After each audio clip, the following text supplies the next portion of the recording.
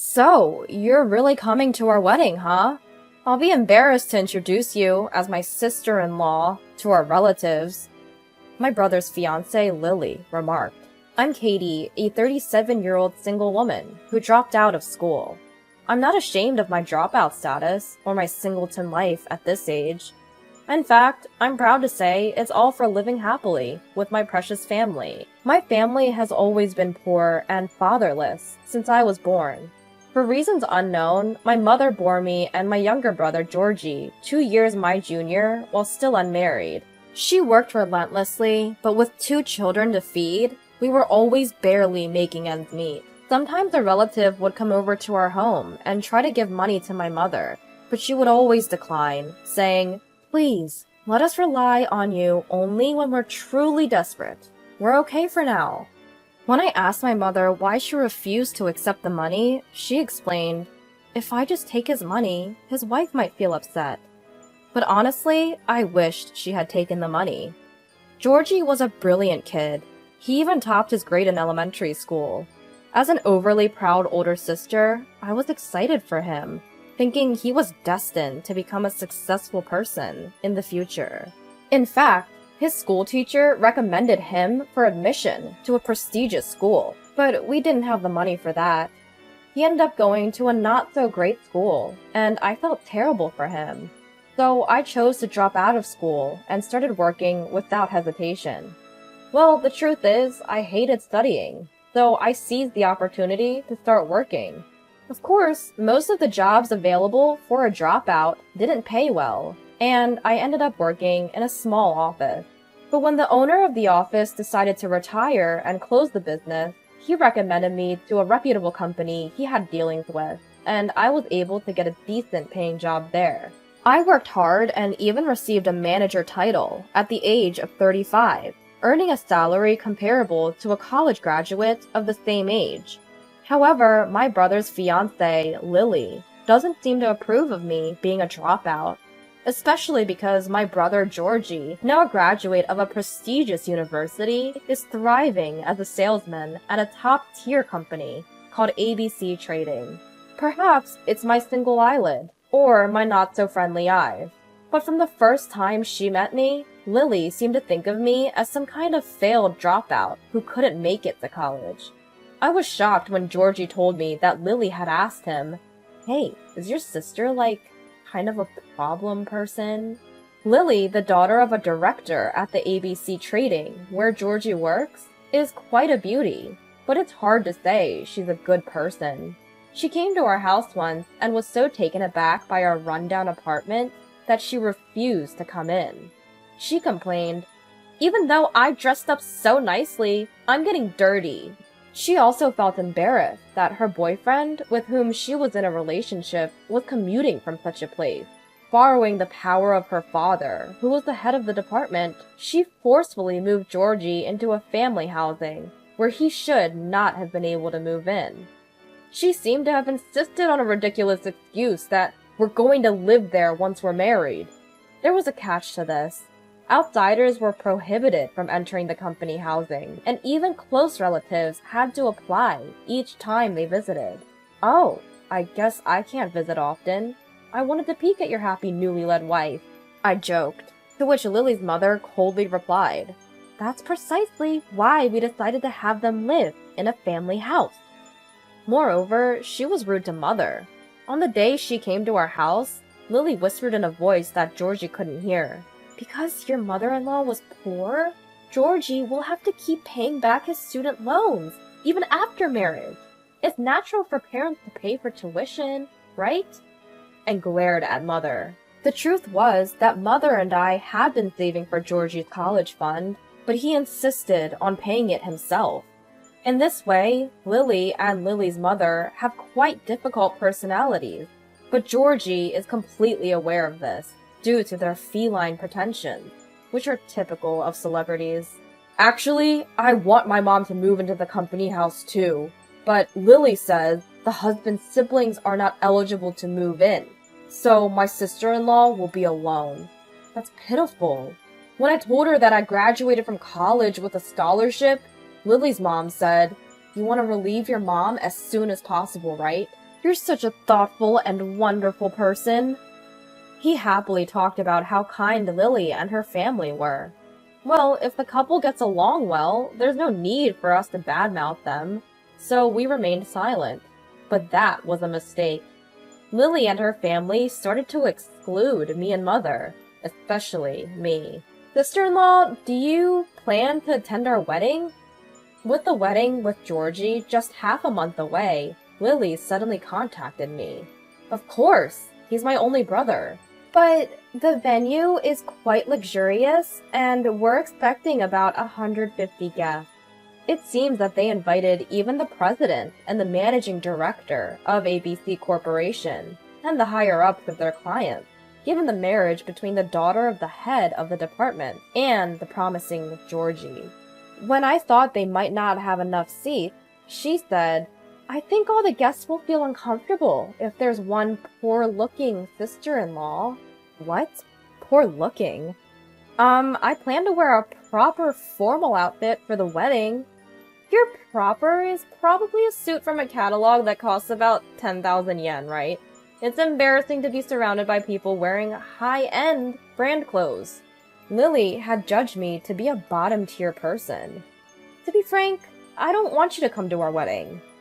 Fed up with her implication that poor people should not come, I asked Lily a question.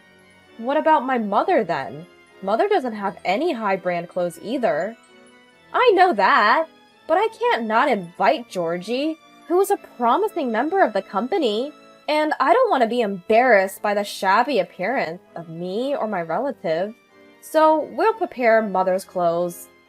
I was incredibly upset by the way Lily spoke. But it's obviously better to dress appropriately if people from top-notch companies are attending. I desperately tried to interpret it as her being considerate, so that Mother wouldn't be embarrassed at Georgie's big event. But I was taken aback by her next words. Of course, you will have to buy that dress. It's an Oscar de la Renta evening dress, so please prepare about $10,000 in total. Wait, I can't afford such an amount. If you can't pay, you will have to. Or do you plan to stand next to my parents in a cheap dress? I was flabbergasted and asked what Georgie thought. I haven't told Georgie yet. Of course, he thinks you and Mother will attend. But it will tarnish his future if his mother is unmarried and his sister is a dropout. No, I think nowadays, having a family of single mothers or dropouts doesn't affect a person's career. I didn't want to lose to Lily's prejudice, so I yelled, Anyway, it's my only brother's wedding, so both Mother and I will attend the wedding. We'll prepare the clothes, so we won't pay for it. If you really can't stand it, just don't invite us. Then I told Mother everything and asked for her advice. Mother looked downcast for a while, but eventually looked up and said cheerfully, Don't worry, Katie. I promise you I will make Georgie happy. Just leave it to me. She then started to make a phone call and eventually revealed something astounding. On the wedding day, a solemn ceremony was held in the chapel first.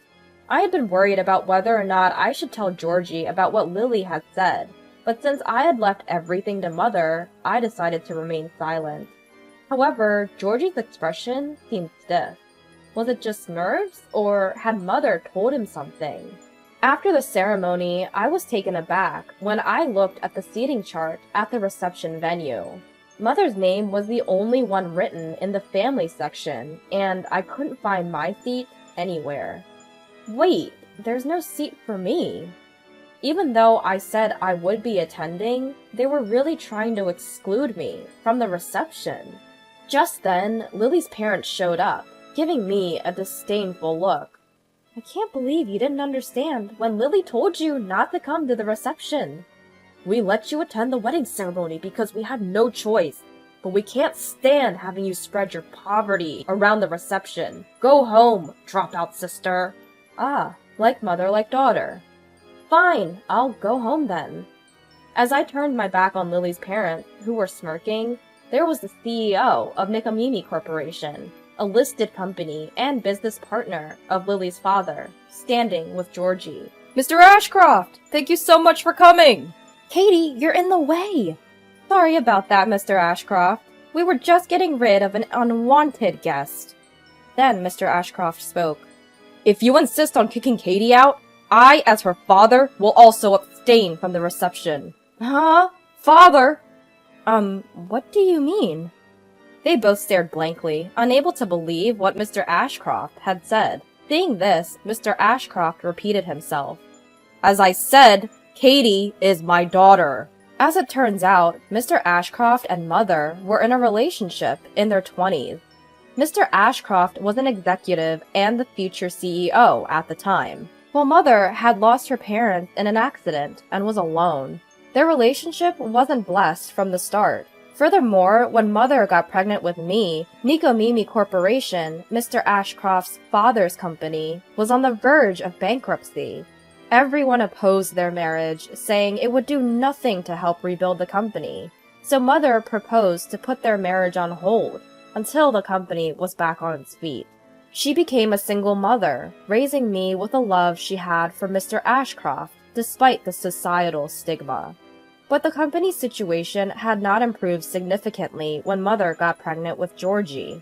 When the daughter of the CEO of a certain company, who had offered help, proposed marriage to Mr. Ashcroft, Mother decided to step back, saying, I'll raise our 2 kids properly. You don't have to acknowledge them. Just please be happy with that woman and revive your company.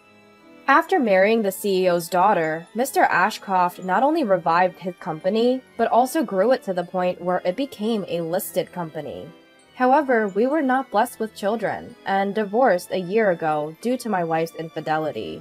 Afterward, I proposed to reunite with Mother. A few days before Georgie's wedding, I met with Ashcroft, the company president, and my father. Oh, I've seen this person before. Yes, he was the uncle who had visited our apartment a few times during my childhood, trying to give my mother some money. He turned out to be President Ashcroft. When I involuntarily stared at him, he smiled at me and said, You've really gone through a lot. I've heard from your mother about the wedding this time. He shared his thoughts with me. President Ashcroft, who had become Georgie's business partner, knew well about Georgie's capabilities. I would like him to take over Nico Mimi Corporation, if possible, but if he fails to see the true nature of malicious people and disregards his mother and sister, I can't possibly entrust the company to him. So he was trying to investigate Georgie's character, using his wedding. The day before the wedding, President Ashcroft and Mother called Georgie and revealed the truth about their relationship, and that the Lilly family was trying to exclude Mother and me. Suddenly confronted with various revelations, Georgie, who had trusted Lilly and her parents, approached the wedding with mixed feelings. That's why he looked stiff during the ceremony. However, when he saw that my name was not on the reception seating chart, and observed Lily's parents trying to drive me out of the venue, he was convinced that what Mother and I had told him was true. Georgie brought Lily to the reception desk and declared, Lily, Mr. and Mrs. Lily, I will annul this marriage. I have no intention of becoming a family with people who belittle and disregard my precious mother and sister. Wait, just hold on. You can't just say something like that all of a sudden. Yes, that's right. It's a misunderstanding. Besides, we've already held the ceremony. The two were in a fluster, but Lily, who hadn't grasped the situation, dropped the bomb. Huh? Georgie, are you choosing that low-life mother and daughter over me? You should know your place. Lily's parents, turning pale, tried to restrain her, but it was too late. When I explained the situation to Lily in detail, she collapsed on the spot and broke into tears.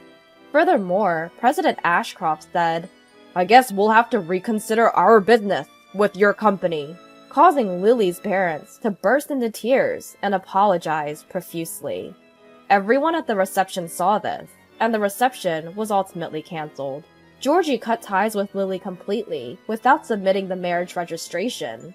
Afterward, I received a phone call from Lily, screaming in rage. You're the reason I couldn't marry Georgie! I'll be billing you for compensation and the cancellation fee for the venue. But when I responded, oh really? Then I'll sue you for defamation. Everyone at the reception heard the abusive language from you and your parents. She fell silent. Furthermore, I mentioned how her father had been removed from handling transactions with Nikomimi Corporation, demoted, and sidelined. I should probably tell your father that I was threatened by Lily. Then, Nikomimi Corporation might completely stop dealing with ABC Trading. Won't your dad definitely lose his job? Ignoring Lily, who was crying her eyes out, I hung up the phone on my end. Serves her right. Georgie, who had canceled his marriage to Lily, later transferred to Nikomimi Corporation and seems to be working hard to become his father's right-hand man. Mother and father are getting married soon. Mother is shy about having a wedding after turning 60, but she looks genuinely happy when we pick out her wedding dress together. I've been devoted to my work up until now, but I've started to think that maybe one day I'd like to wear Mother's wedding dress.